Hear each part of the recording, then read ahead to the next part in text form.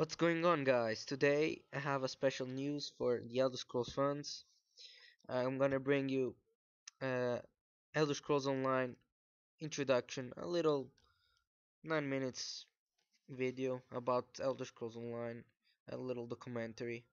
I hope you enjoy. Looks awesome, guys. Peggy 12.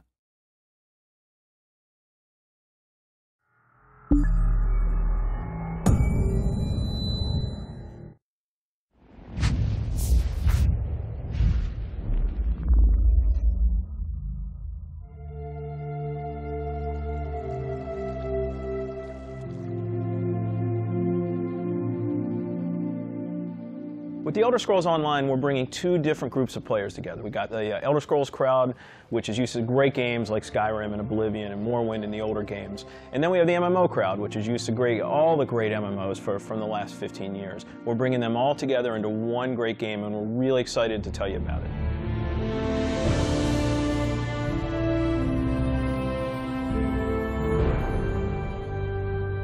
Elder Scrolls Online, everything you need to know about it is right in the name. It's Elder Scrolls, but it's online. And when the team set out, they wanted to create strategic real-time combat. We wanted to create a lot of world immersion. We wanted to create a landscape that was rewarded exploration. But all of that had to be brought together with really great social systems. So Elder Scrolls Online, it's set 1,000 years before Skyrim. And not only is it 1,000 years before Skyrim, but it draws on all the legends and everything that you've read about in the books that you find in Elder Scrolls games. So we've got 20 years of lore to draw upon. We made sure that Morrowind, Cyrodiil, and Skyrim feel like they do in Elder Scrolls 3, 4, and 5. The art style is right in line with those titles.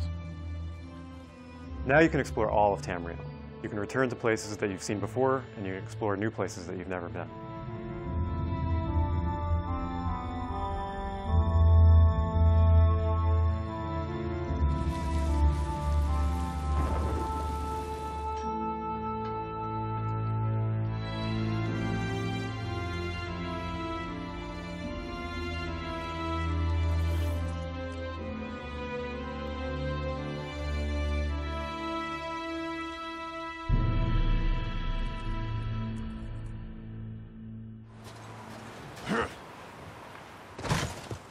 This is an Elder Scrolls combat system. Moving your mouse will make you look around and aim your weapon. You can tap your left click to attack, hold it to power, hold your right click to block, and of course sprinting, crouching, and sneaking around play a role.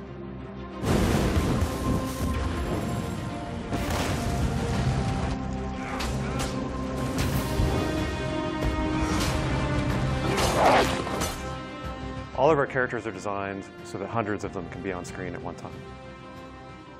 You're going to have lots of customization options to make your character look unique. You'll find Dwarven armors, Daedric armors, Elven armors, basically all the types of armor styles and customization options that you expect from an Elder Scrolls game and the Elder Scrolls lore. By far the worst experience of any online game is at its launch when you're trying to find your friends. You can't find people, you create a character on one shard and then you find out everyone else is on another shard and you have to move. That experience is not good. So we are not going to have shards. We have a technology we call Mega Server where all players are on one server. So all your friends are right there, you just create a character, you click play and you go. The game is smart about where to put you. It puts you in game spaces with your friends, with your guildmates. It's a way to be connected with everyone, and the game figures out where to put you. So with Elder Scrolls Online, one of the big things is that you'll be able to get together with your friends and overcome obstacles. So things like public dungeons, heroic dungeons, but most importantly, when you participate with your friends or even just with strangers, you're not competing for resources. You're all working together to overcome something, and you get equal credit for that. As a player, you're able to start off by picking one of 9 races. You'll be able to pick a class, so that's just the start though.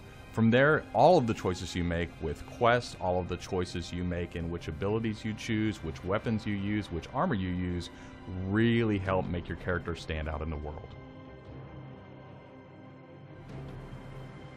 The basis for the customization system in Elder Scrolls Online is that you can use whatever weapon or armor type you actually want to use. You can play as a heavy armor character who's a tank with bow, or you can play as a mage who uses a two-handed weapon, or you can play as a sneaky guy who runs around healing people. With the combination that you selected out of what armor type you use, what weapon type you use, and what class you use, really creates a unique character experience for you. One of the things you're going to be able to do that's going to make you stand out is you have perks. For instance, perks allow you to become a werewolf or a vampire, or maybe even have special pets.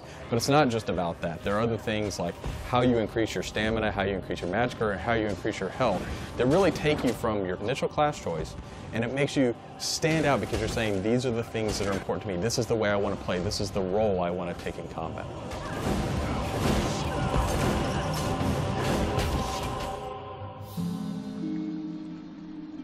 Questing in Elder Scrolls Online was built around a pretty simple concept, and that was that we wanted the player to explore.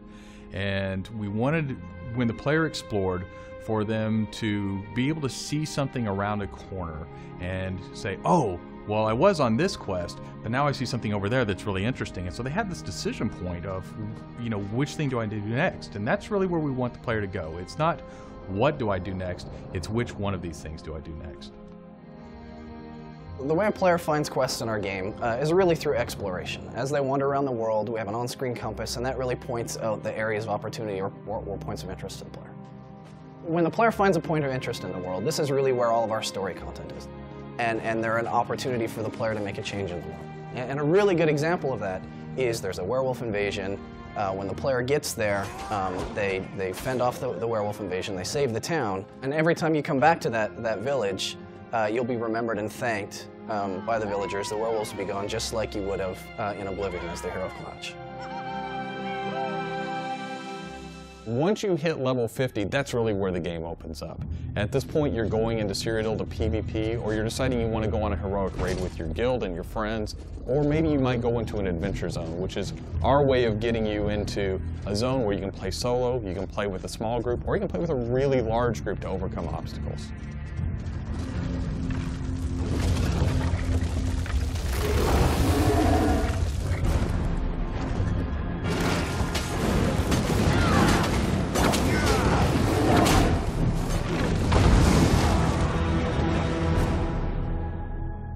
PvP in Elder Scrolls Online is focused around taking various structures in Cyrodiil. If you remember Cyrodiil from Oblivion, the space is very large, and that's a perfect setting for having three alliances fight each other. During this timeline, Imperial City is up for grabs, and there's no Emperor, so players are going to be fighting using trebuchets, catapults, all kinds of weaponry to take and hold keeps, structures, and resource fixtures around the keep to actually give the opportunity to crown one of themselves as an Emperor.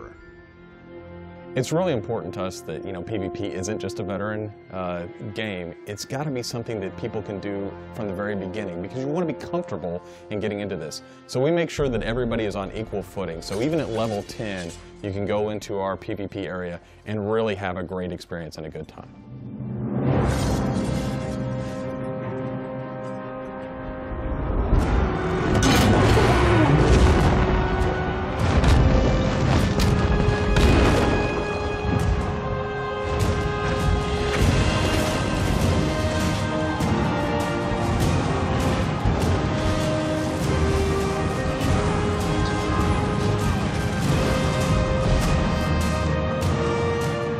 With a game the size of the Elder Scrolls Online, it's really hard to, in one demo, one presentation, one video, to list everything about the game.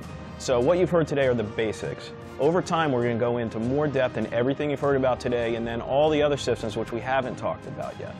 All these elements are going to come together and make Elder Scrolls Online the next great online RPG.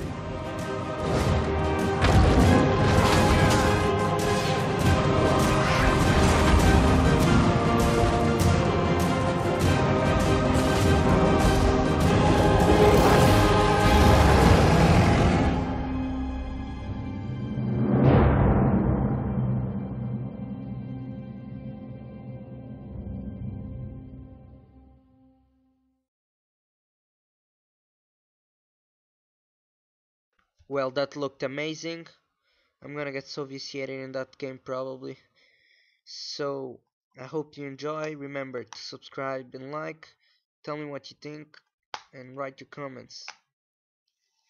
See you guys. Peace out.